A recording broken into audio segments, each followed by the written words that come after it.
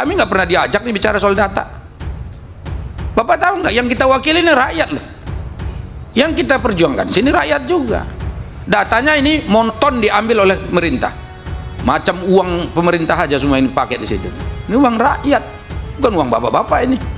Dan bapak tahu di lapangan ini seperti yang disampaikan oleh Pak Darul tadi, banyak masyarakat yang pingin jadi peserta, merasa miskin, dan faktanya miskin, nggak dikasih jadi peserta. Yang disalahin kita, dianggap DPR tumpul, nggak bisa memperjuangkan aspirasi. Fakta loh Pak itu. SLI itu apa sih? SLE apa itu? Ya kalian buatlah tulisannya, aku kan bukan dokter. Lihat kan kalian buat dong, macam kita dokter banyak kali istilah-istilah di sini kayak kita dokter aja. Kalau saya dokter nggak di sini, saya nyuntik aja. Ini penting ya. Soal obat ini, ada banyak bu orang, udah dia miskin memang, sakit pula. Sakit apa sih namanya yang berkepanjangan itu ya? Dan nggak punya duit ya. Kalau dia membayar itu nggak bisa hidup, dah pasti. Nggak bisa hidup bu. Bayangin ada obatnya itu satu bulan dia harus ngabisin 600 sampai 650 ribu sebulan. Kerjaan cuman satpam. Ya nggak? Penghasilan dia cuman berapa? Anak sekolah 3. Coba. Ini penting sekali. Jadi kita ini di sini ini yang fokuskan gitu. Kalau ini nggak bisa kita selesaikan, berarti amanat Undang-Undang Dasar 45 konstitusi kita itu terabaikan. Kalau terabaikan, kita ini berdosa sebagai warga negara, sebagai pejabat di sini Bapak Ibu semua, dan juga tentu kita sebagai pengawas berdosa juga, kita dipilih oleh mereka, nggak bisa kita amankan.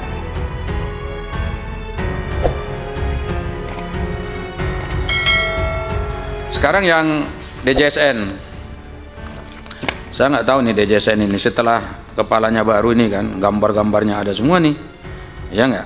Di depan ini loh. Ada 1, 2, 3, 4, 5, 15 orang DJSN ini. Yang nggak tahu nih kira-kira kalau 15 ini kan mestinya udah fungsi dan apa pelaksanaan tugas pokoknya udah mantap ini. Cuman setiap datang ke sini DJSN ini nggak pernah lupa membuat presentasi mereka terkait tugas dan kewenangan mereka gitu. Selalu ada ini halaman ini nih. Saya telah gambarin loh Bang Darul. Selalu ada. Kayak kita nggak pernah lihat gitu. Tapi realisasi pekerjaan mereka nih yang penting sebetulnya. Di depan ini. Saya mau lihat nih. Ya. Pertama. Saya mau lihat yang disampaikan di sini jumlah peserta nonaktif.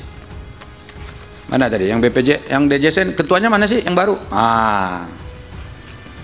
Jangan ribut-ribut DJSN ini Pak. Cukup yang kemarin-kemarin aja ributnya. Sekarang udah ganti ketua. Nah ini kan, Bapak Ibu coba lihat, jumlah nonaktif 44,4 juta orang.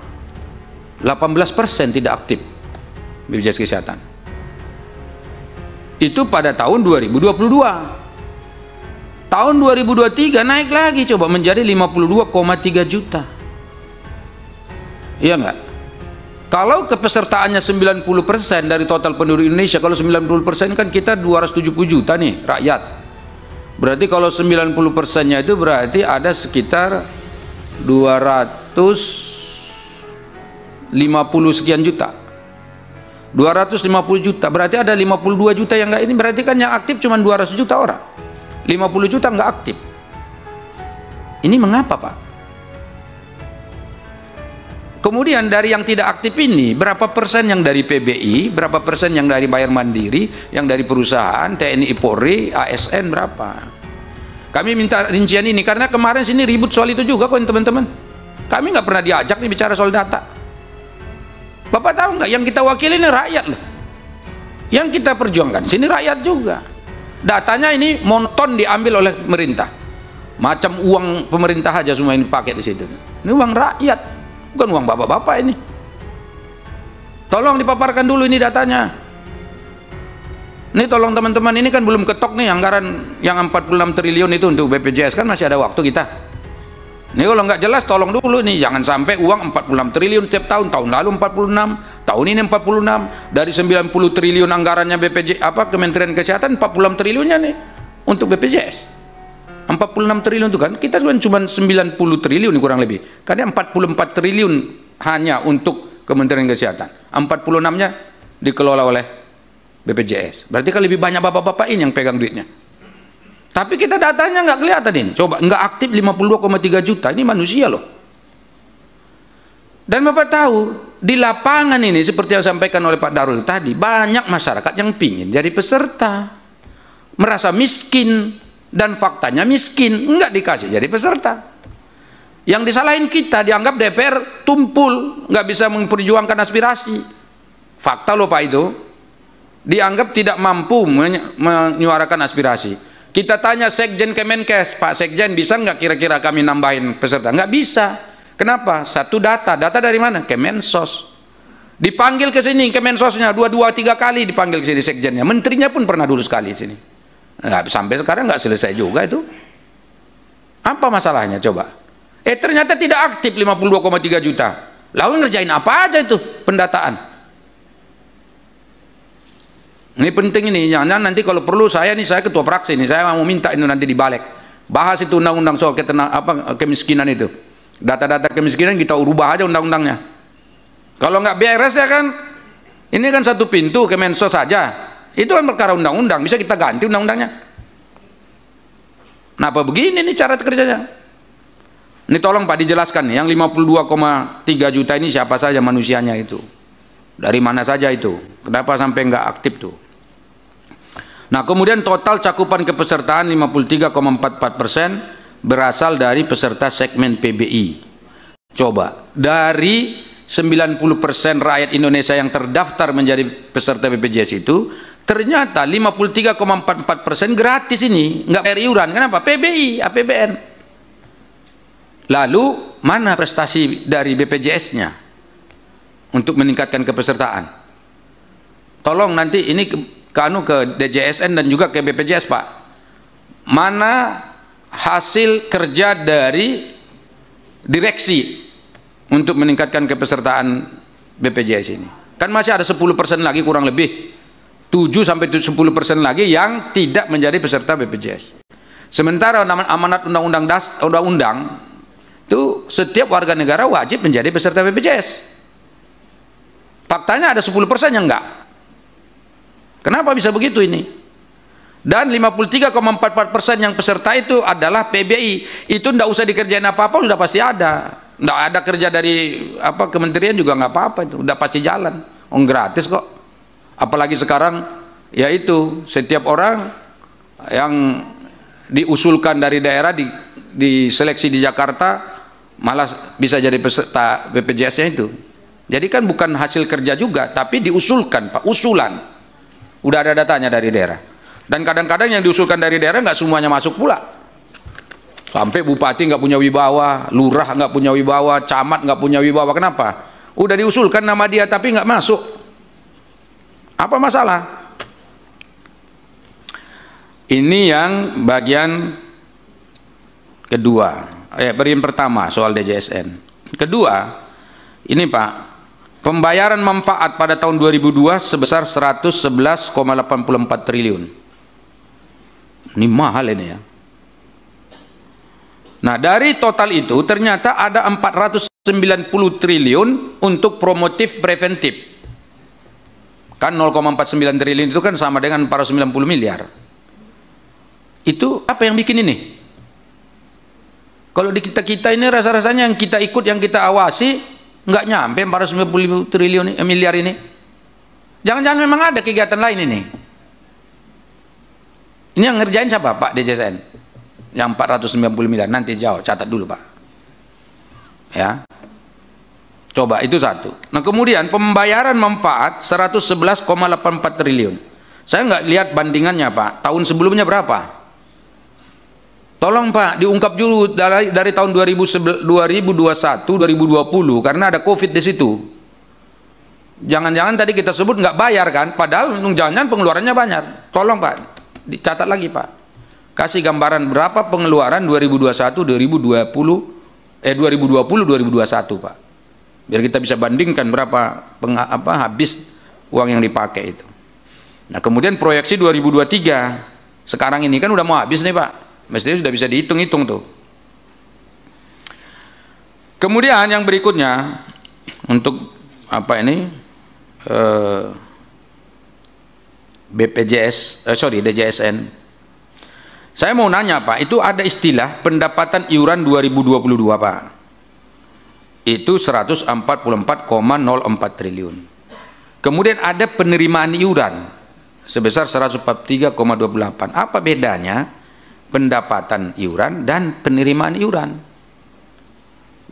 Selisihnya hampir 1 triliun nih Pak, lebih. Bedanya apa itu? Nanti dijelaskan Pak, supaya saya lebih paham. Oh ini bedanya gitu. Apakah ini angkanya sama atau uang yang sama? Istilah beda, tapi ngapain pakai istilah beda kalau memang hitungannya sama? Gitu. Baik, yang berikutnya Pak, saya mau lihat soal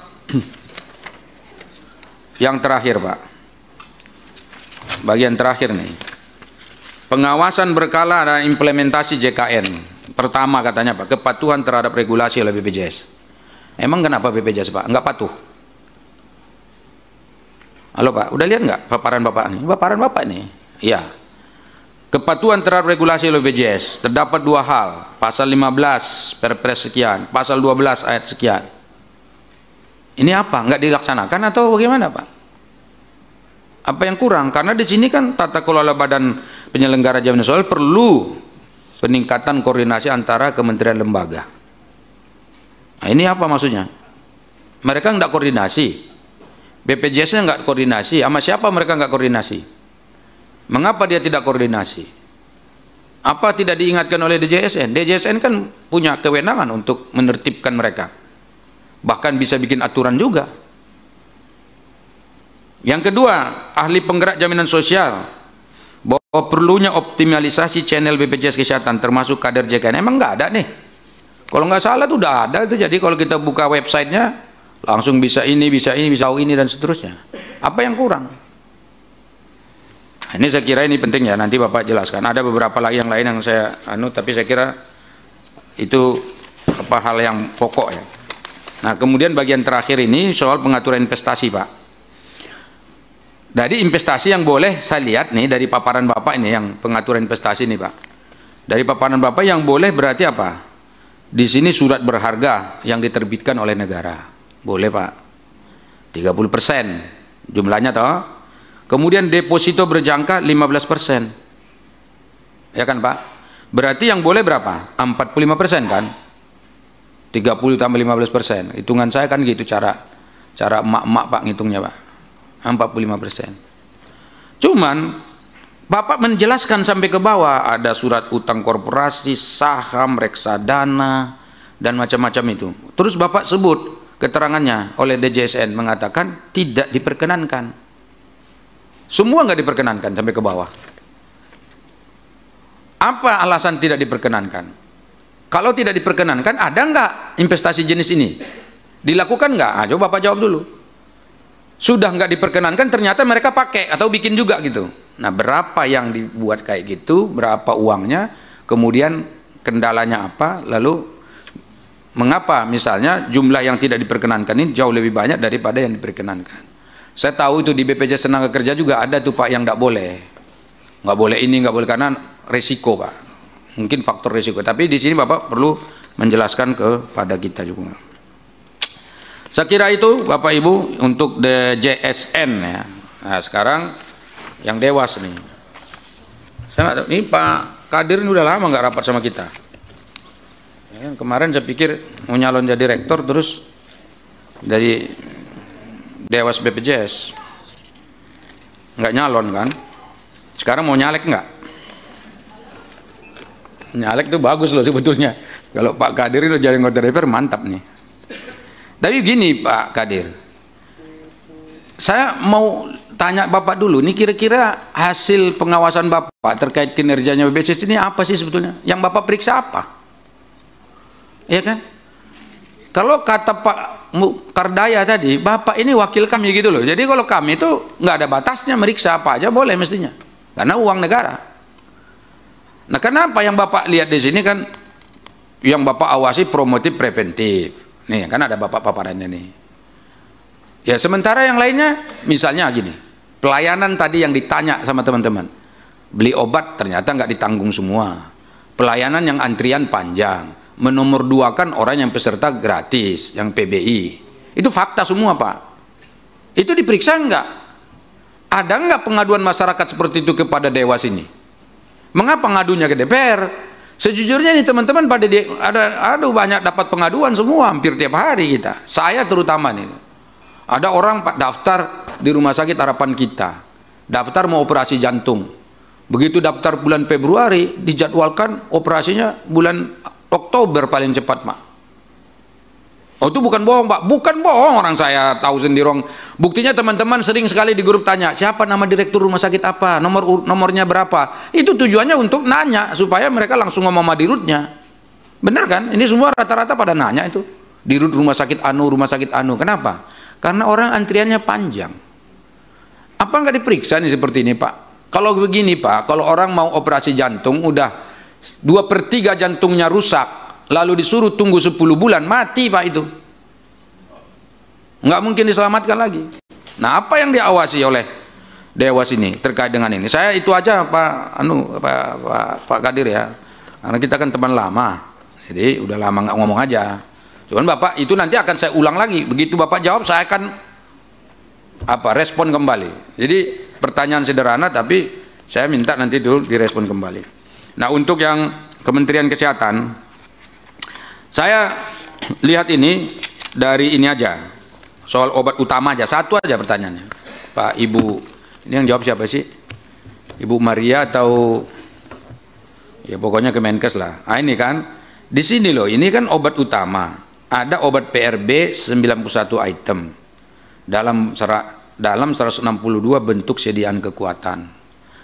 Ini Bu, yang 91 item ini apakah ini sudah mampu melayani atau katakanlah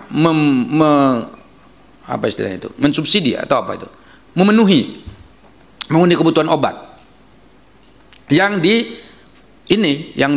BPJS itu.